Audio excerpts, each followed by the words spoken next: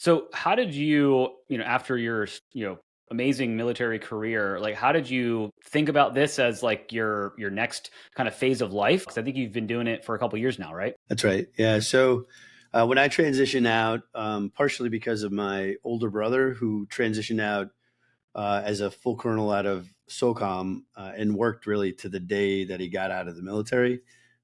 His transition, I think, could have been smoother. And thankfully, I'm a younger brother, so I got to learn from all the things that he did. So in that, I went to business school while I was still in, which Mm, is great. It was a lot of work, but it was great for a lot of reasons. I did the executive MBA or weekend MBA program at Duke, which is awesome because it's the same degree, which is also a problem when you have a full-time job and 10 years of work experience, and usually young children. It's a lot, but at the same time, the impact you have with having a new network and comradeship with people that all have 10 years of work experience. Because in business school, you don't learn a ton about mergers and acquisitions.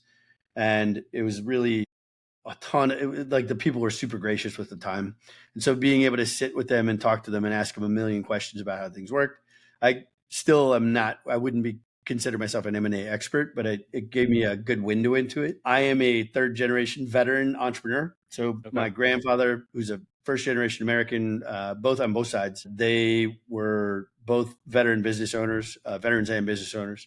One from the Navy, the other one from the Army Air Corps. And then my dad was a veteran and a business owner for 35 years. So I am now, I guess, third in line as a veteran and entrepreneur in my family, which is good because it gives me a bias to success, which is helpful. My main goal is to not deliver value to shareholders. My main goal is to help veterans find fulfillment in their transition path and make sure that we can mitigate what came to light much more evident the more I looked into it, how many times they were getting taken advantage of by buy side brokers, and other people within sort of the value extraction part of finding a business because they didn't know who to talk to and they didn't have a trusted advisor. And as soon as I started talking about it to people, people started coming to me to ask me how they could help me. So that's kind of how it started.